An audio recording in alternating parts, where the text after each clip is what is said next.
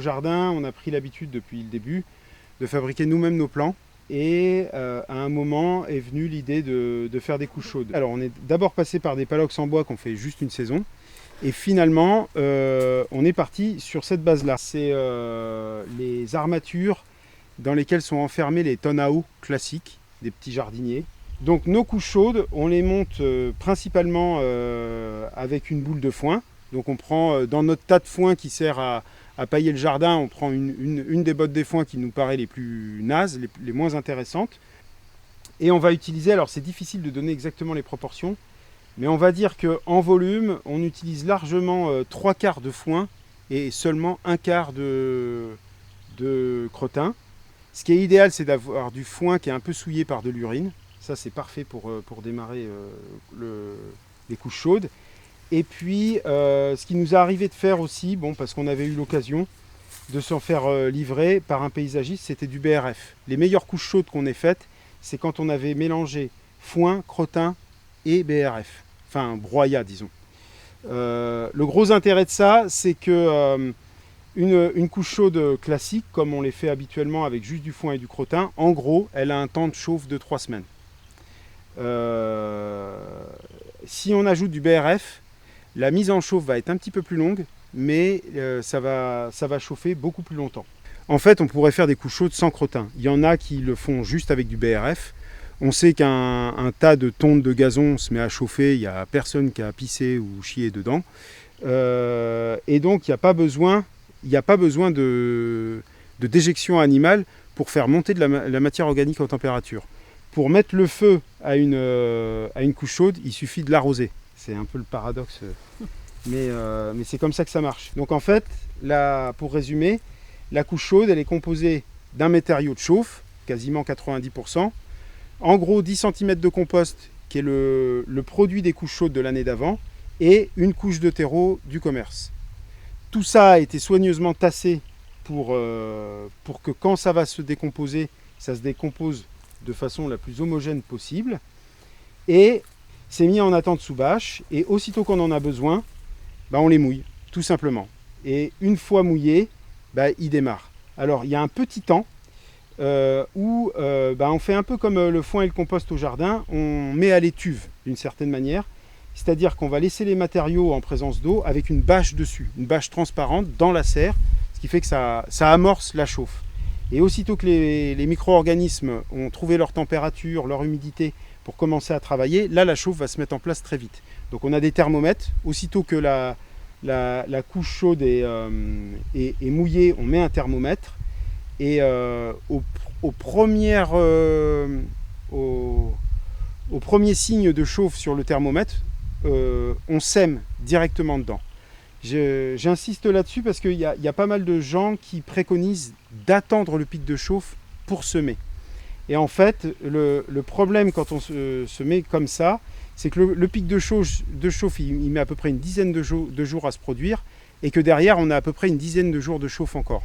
Et que une graine, elle a entre une semaine et 10 jours pour lever, si on n'a pas des températures très élevées, et que donc, quand elle a levé, en gros, la couche chaude, elle est morte. Donc nous, on ne veut pas ça, on veut situer, surtout que là, c'est pour semer en général poivrons, tomates, aubergines, courgettes qui supportent des températures très élevées pour lever. Donc on ne s'embête pas de les semer à plein régime. Donc en général, on rentre la couche chaude, on la mouille, on l'étuve, en gros 48 heures. Dès qu'on voit les premiers signes de chauffe, on sème dedans, et les semis prennent, pareil, au bout de 24 heures supplémentaires, la pleine chauffe. Et dans ces conditions-là, on a en plein mois de janvier ou février des tomates qui peuvent lever en 3 jours et des aubergines qui lèvent en 5 jours. Ce qui est assez génial.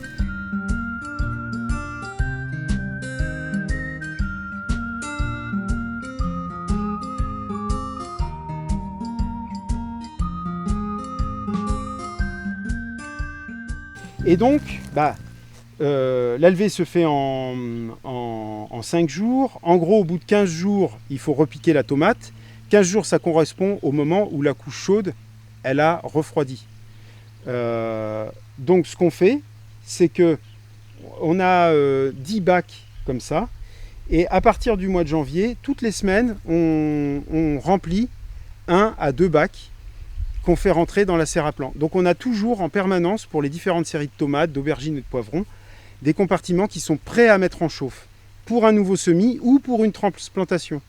Et ceux qui ont déjà refroidi, on les ressort, on les re-remplit et on les remet à chauffer. Ce qui est très intéressant aussi dans l'utilisation de ces bacs de chauffe, c'est qu'au passage, on n'a pas utilisé d'électricité.